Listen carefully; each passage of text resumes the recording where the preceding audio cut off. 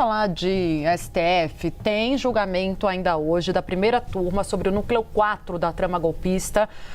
Aquele núcleo de pessoas acusadas de disseminar notícias falsas sobre o sistema eleitoral.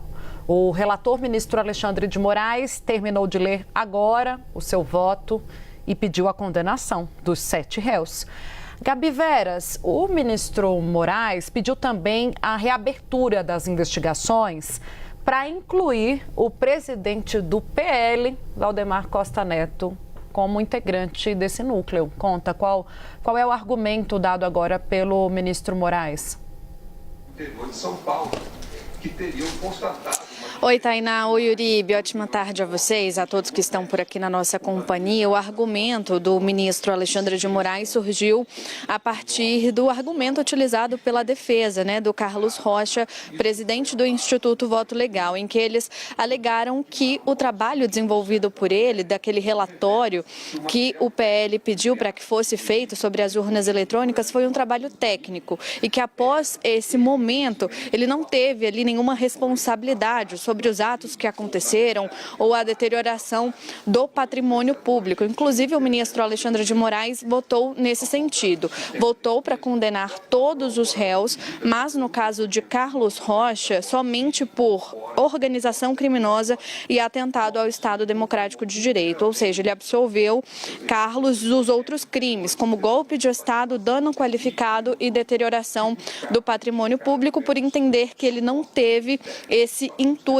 que ele somente soube dessa questão da suposta organização criminosa e do plano de tentar fazer com que houvesse um clima de indefinição, com relação às urnas eletrônicas. E a partir daí, ele pede, portanto, a reabertura da investigação contra o presidente do PL, Valdemar Costa Neto, por entender que o PL, o partido, inclusive, do ex-presidente Jair Bolsonaro, foi o responsável pela contratação do Instituto Voto Legal para criar esse clima de dúvida sobre o nosso processo eleitoral. A gente relembra por aqui que Valdemar chegou a ser indiciado pela Polícia Federal pela participação nos crimes, mas não foi denunciado pela Procuradoria-Geral da República. Neste momento, o ministro Cristiano Zanin vota aqui no Supremo Tribunal Federal e para abertura ou reabertura dessa investigação contra o presidente do PL, Valdemar Costa Neto, os outros ministros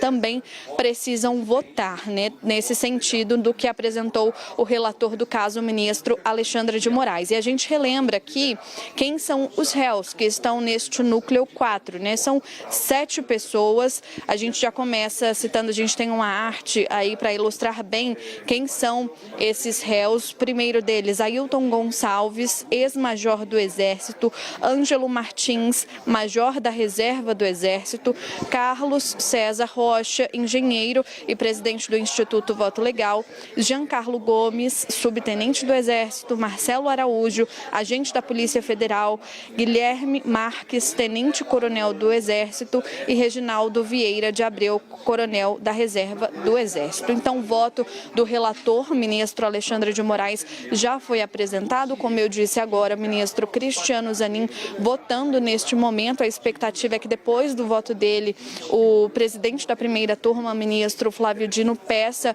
o intervalo que será retomado aí às 14h para o voto dos outros ministros que compõem aqui a primeira turma do Supremo Tribunal Federal, que analisa o 4º núcleo da trama golpista. Volto com vocês.